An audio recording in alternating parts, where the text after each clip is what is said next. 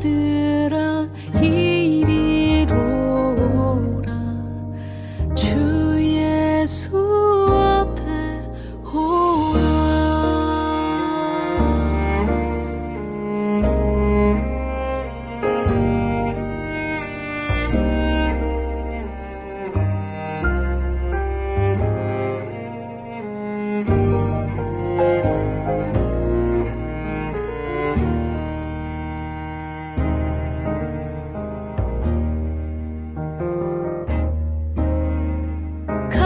간절히 오라고 부르실 때에 우리는 지체하랴. 주님의 은혜를 외양히 받고 못 들은 채 하려나. 오라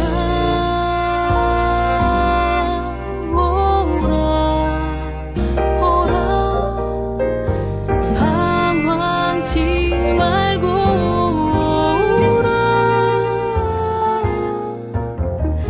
죄 있는 자들아 이리로 오라.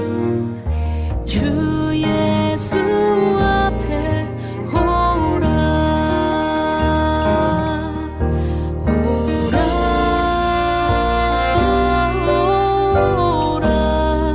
오라 방황치 말고 오라. 죄 있는 자들아 이리로 오라. 주 예수 앞에 오라.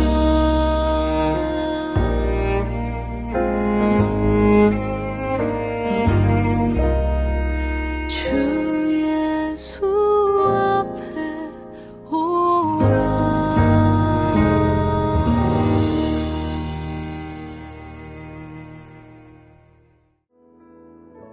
11월 15일 금요일 우리가 함께 붙잡을 말씀은 디모데후서 2장 14절에서 26절까지 말씀입니다. 계속해서 디모데를 향한 구체적인 권면이 이어집니다. 어제처럼 오늘 본문도 여러 권면이 나열되고 있어서 어제와 같은 방식으로 각 명령을 간략하게 정리하는 식으로 말씀을 나누겠습니다.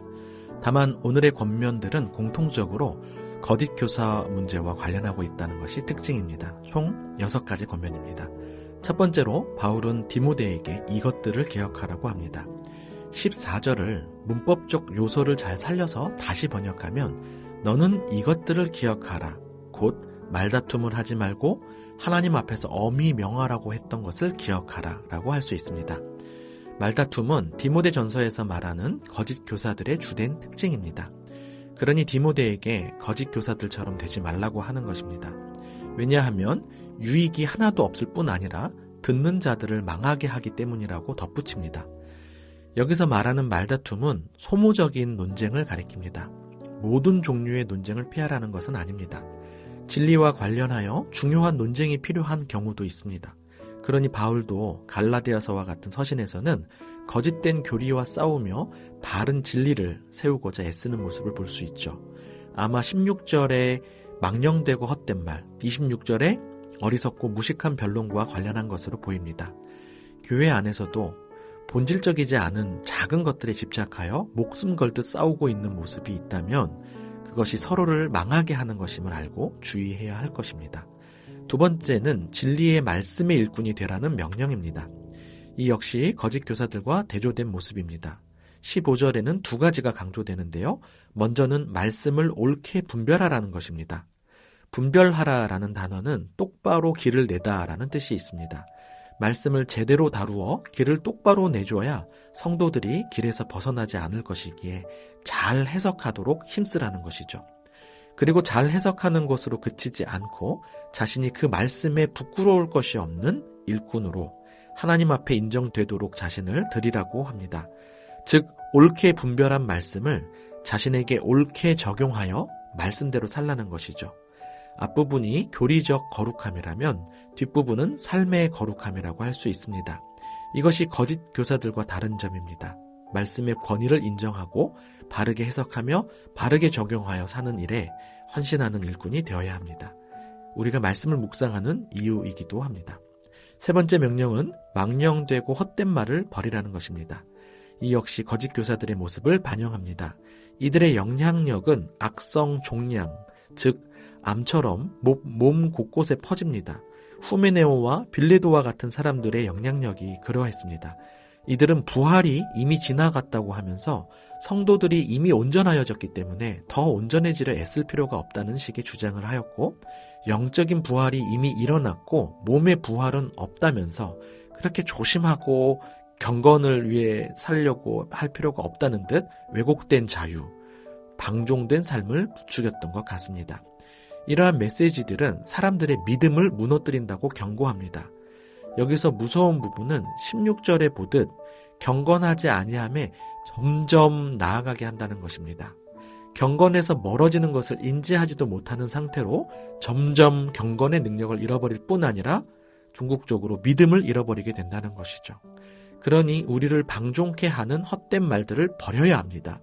사람들의 마음을 편하게 하고자 진리를 왜곡하면서까지 모든 것을 허용하려는 태도를 주의해야 합니다.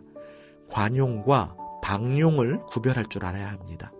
관용은 마땅히 필요한 태도입니다. 사람들의 실수나 연약함을 이해해주고 품어주는 것이지요. 그래도 기준은 엄연히 살아있습니다. 반면 모든 것을 허용하는 방용은 무책임한 방임입니다. 네 번째 명령과 다섯 번째 명령은 같이 살펴보겠습니다. 22절에 보면 피할 것과 따를 것을 말씀하고 있습니다. 각각 도망하라는 뜻, 또 쫓아가라는 뜻을 갖고 있습니다. 이는 경건한 삶과 관련하는데, 이러한 권면에 앞서 바울은 20절부터 21절에 그릇을 모티브로 하여 정결함, 거룩함, 경건함이 필요한 이유를 제시합니다. 큰 집에 금그릇, 은그릇, 나무그릇, 질그릇이 있는데 귀하게 쓰이기도 하고 천하게 쓰이기도 하지만 중요한 것은 깨끗한 그릇이 되어야 주인의 쓰심에 합당하다는 것입니다. 하나님이 우리를 어떻게 사용할지 모릅니다. 서로의 은사나 역할을 비교하지 않도록 주의해야 할 것입니다. 무엇보다 깨끗한 그릇이 되어 주님께서 쓰시는 그릇 되는 것이 중요하죠. 그러니 정욕을 피해야 한다고 합니다. 여기서 정욕은 단순히 성적인 욕망만을 의미하지 않습니다. 야망이나 명예욕, 다툼을 일으킬 정도의 충동적인 감정 등을 아우르는 표현입니다. 이러한 욕망과 경건은 함께 갈 수가 없습니다. 이러한 욕망이 거세되지 않고는 묵상도 자기 욕망을 위한 도구로 전락할 수 있는 것이죠. 도망가야 합니다. 필사적으로 도망가기 위해서 정말 중요한 것은 공동체입니다. 주를 깨끗한 마음으로 부르는 자들과 함께 해야 하는 것이 중요하다고 말합니다. 복음의 공동체, 말씀의 공동체는 세상과는 순전히 다른 하나님 나라를 욕망하게 만듭니다. 다른 가치와 다른 갈망으로 사는 사람들과 함께 하면서 서로를 격려하며 지지하며 경건의 삶을 살아갈 수 있는 것이죠. 결혼은 말할 것도 없고 좋은 공동체를 만나거나 만드는 것이 너무 중요합니다. 정욕이 아니라 의와 믿음과 사랑과 화평을 따르는 공동체와 더 결속되어 함께하는 삶이기를 축복합니다. 마지막 여섯 번째 권면입니다. 다투지 말고 온유함으로 훈계하라는 말씀입니다. 서두에서 나누었듯 무조건 모든 논쟁을 피한다고 공동체가 거룩함을 유지하는 것이 아닙니다. 거짓이나 잘못된 부분들을 방치해서는 안 될 것입니다. 그러나 방식에 있어서 감정적으로 다투지 말라는 것이죠. 아마 디모데를 염려했던 것 같습니다.